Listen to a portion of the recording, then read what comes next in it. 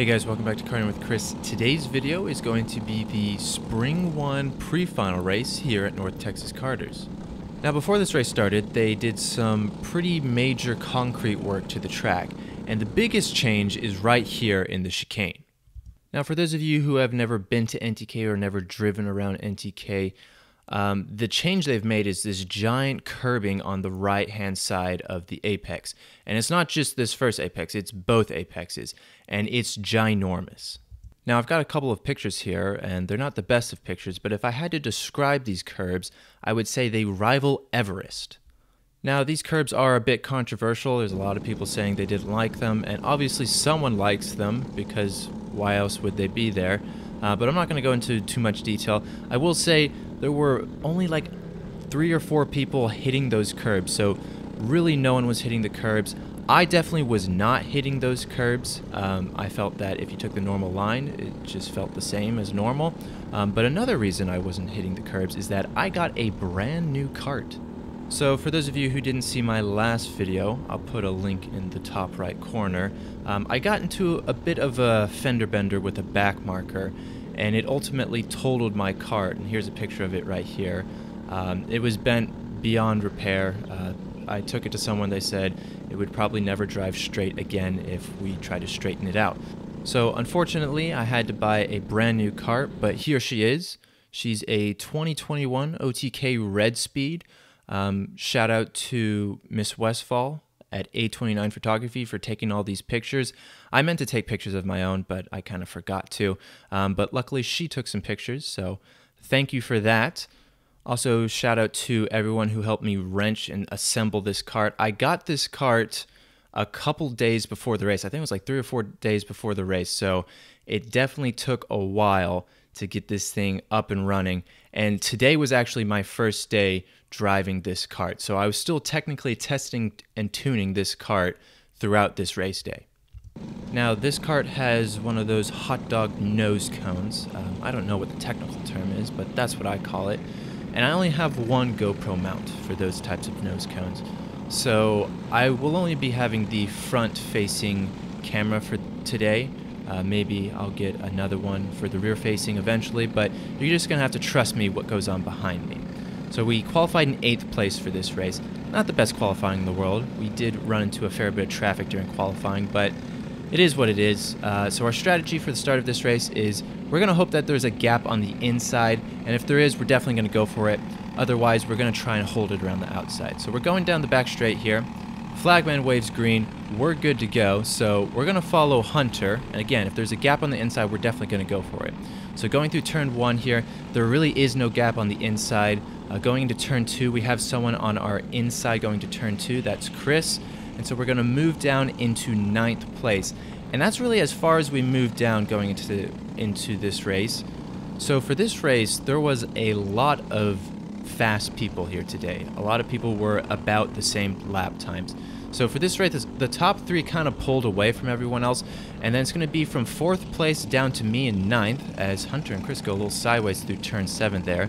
But it's going to be from 4th place down to me in 9th. That's really where the battle's going to be.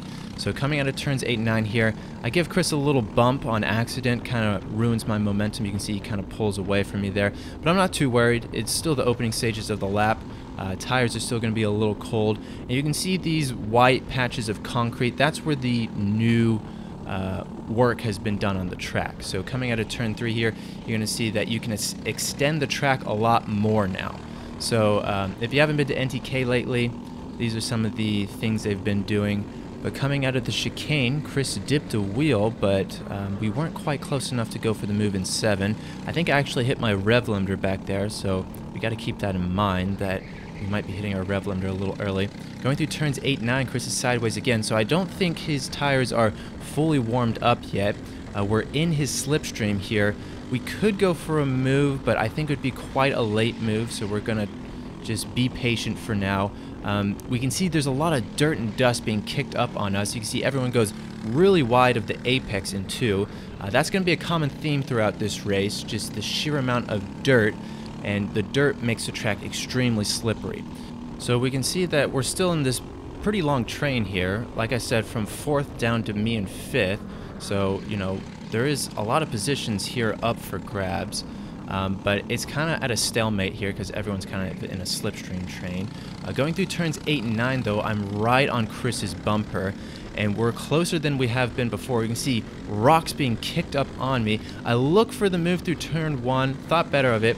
Up ahead, people are going for moves. It's going to go 3 wide through turn 2. We see all this dust going around, makes it really slippery. Chris up ahead goes around the outside through turn 3.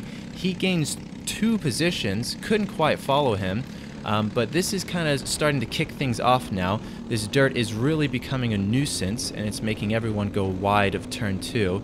Unfortunately, like I said before, we weren't able to follow Chris. Chris gained 2 positions for free, but we're going to try and start pouncing now because I'm feeling like I've got a lot more pace to offer here. Now, as I say that, I accidentally banged into the back of Ian up ahead, but we can see Hunter further ahead is looking for the move through turn 1, so that's going to slow them down.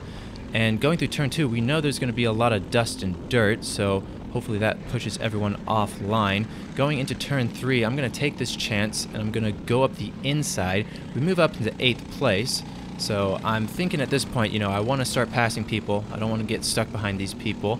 So we're behind cart number 6 now. I don't know who this is. I've never raced with them before. They are pretty quick. Everyone here's pretty quick, so it's not going to be easy, but we're just going to keep our head down and continue this forward momentum. So coming out of turns 8 and 9 here, we're going to see Hunter tap the back of his helmet. He actually wants to catch up to Chris, who's now in 5th place. I don't know if number 6 is going to do that, but I do know that he's going to just lose the cart through turn 1. We gain a position pretty easily. We're up into 7th place now. We can see that Hunter is a fair bit in front of us now, and going through turn 3, you can see I went offline there. That's because Ian behind was going side by side with me, so Ian definitely wants to get around me. Hunter's a fair bit in front of me, so either Ian starts working together with me or I gotta start defending against Ian. So the gap to Hunter is quite large. I don't think I'm gonna be able to catch up to him that quickly. Coming out of turns 8 and 9 here, I can look up ahead. I see the flagman is waving 2 to go, so I'm going to go defensive here. So I'm going all the way to the left-hand side to block off any attack from Ian. And going through turn 1, we were able to defend against Ian. Going through turn 2 and 3, he's not going to do any sensational dive bombs. We've got a yellow flag on the exit of turn 3, so even if he did, he couldn't pass me.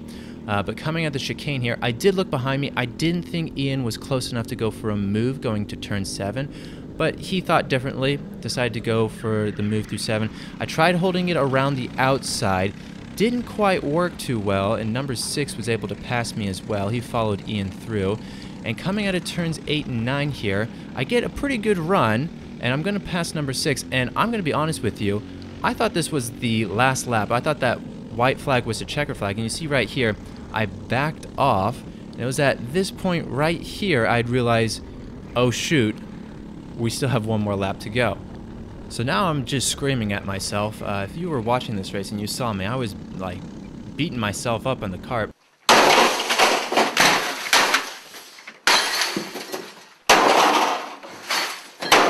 But I kind of had to collect myself. We still have about half a lap to go. We can see Ian is going to look for the move through turn 7, so the race is technically not over. We could still gain some positions here. Going through turn 7, number 6 gets the old switcheroo on Ian, so we are pretty close, but going through turns 8 and 9 here, I just go really wide of the apex, kind of ruin my momentum, and unfortunately, we finish in 9th place. So we started in 8th, dropped down to 9th, moved up to 7th, and then dropped down to 9th again. I think I could have at least had a shot at passing 2 more people. Obviously, I don't know if I would have eventually passed them, but at least I would have had a shot if I would have just counted my laps correctly. Again, I thought it was a checkered flag, but when in doubt, just keep going. Now, unfortunately, that's probably one of the most embarrassing moments I've had in a go-kart in a while, but that's all I'm going to have for today. If you liked the video, please consider subscribing. If you have any questions, suggestions, or opinions, please do comment below. Thank you guys for watching, and have a good day.